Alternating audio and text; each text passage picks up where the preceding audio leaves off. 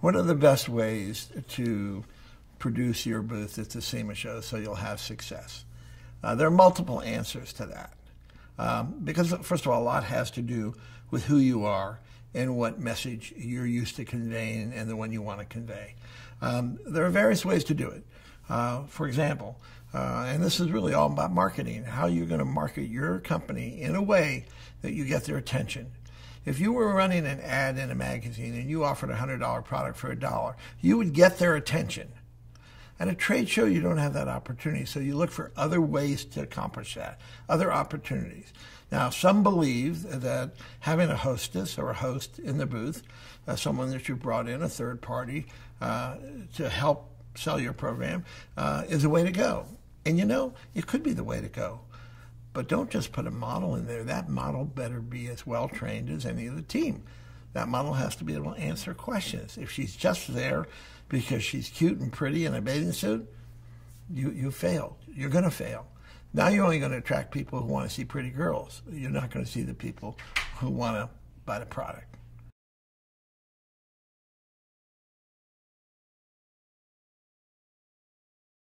Everybody wants the best spot at the SEMA Show. And you know, at the SEMA Show, those exhibitors who have supported SEMA for 40 years get first crack at it, and then on down the line. So people say, well, I'm a new exhibitor, and I'm probably not going to get a good spot. Well, quite frankly, there are no bad spots at the SEMA Show. And the reason there are no bad spots is the floor plan is designed in a way to force traffic. It's the old Isaac Newton theory. You know, what goes up must come down. If you go down to the end of an aisle, you got to come back another aisle. So it's our belief that we are good about designing the floor plan so there are no dead ends. We don't want people turned off. Why should I walk down that aisle? There's nothing down there. There has to be something appealing down there. That's why lighting is important. That's why booth design is important. Booth staff properly attired is important. So all of these things that happen, and probably one of the most important things is pre-show marketing. How did you market? Because if you're in a location that you believe isn't good, one of the things you can do is market pre-show, drive traffic to your spot.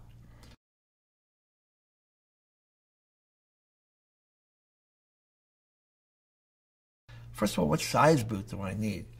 Well, a 10 by 10 booth may be all you can afford. And it better be the best 10 by 10 booth. It should be not blocked so people don't walk into it. It should be open. It should not have any superfluous information. It should have big, broad letters, what you do, who you are. If you can afford a bigger booth, you should build your booth in such a way that it is open, people can walk through it and feel comfortable. They won't walk down the aisle and be afraid to walk in the booth because it's too cluttered. Sometimes an exhibitor will put too many vehicles in a booth, and it almost pushes out the space for people to come in and talk business.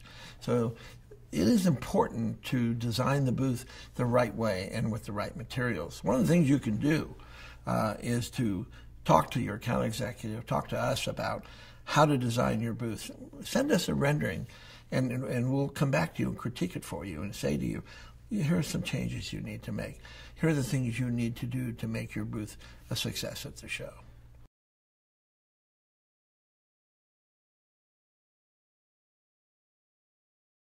Building your booth for the SEMA Show has a lot of elements. Well, number one element is it going to do the job? Is it going to be the right marketed booth? Second thing is, what's it going to cost me to build it? And how do I build it? Do I build it out of diamond plate? I mean, diamond plates, that's Motorhead stuff, but diamond plate weighs a ton. Wood weighs a ton. Look for synthetics. Look for things, composites that you could build booths out of today. Scrim, cloth material, has very little weight to it. Why am I concerned about weight? Well, because you're shipping your booth from Miami to the Las Vegas Convention Center. That's going to cost some money. The lighter your booth is, the less it's going to cost you. So it's really important that you give a lot of thought. And if you already have a booth, how can you refurbish it? How can you change it to make it less heavy, make it lighter? And all these are part of that planning element. If you already own a booth, part of your plan, part of your budget, refurbish my booth. If you don't own a booth, do I build my own booth? Do I go to an exhibit builder? That's one of the things we can help you with. You might want to get a booth built professionally by the people who are pros at doing this.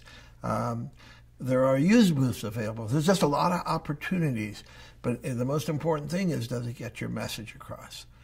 And I think we can help you, Stephen can help you with all of those elements. And especially if you are not used to exhibiting at trade shows before, you must understand the importance of the booth looking good.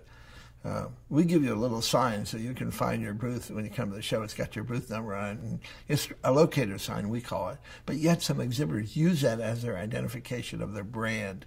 What a crime it has been committed here. You want your brand to look good.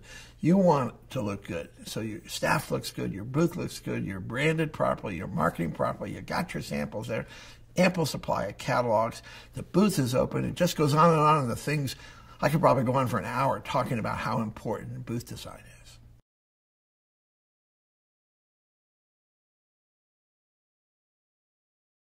Now, there's a lot of other things that go into building the show booth. For example, you might need carpeting for your booth. Some companies have their own carpeting. They bring their own carpeting.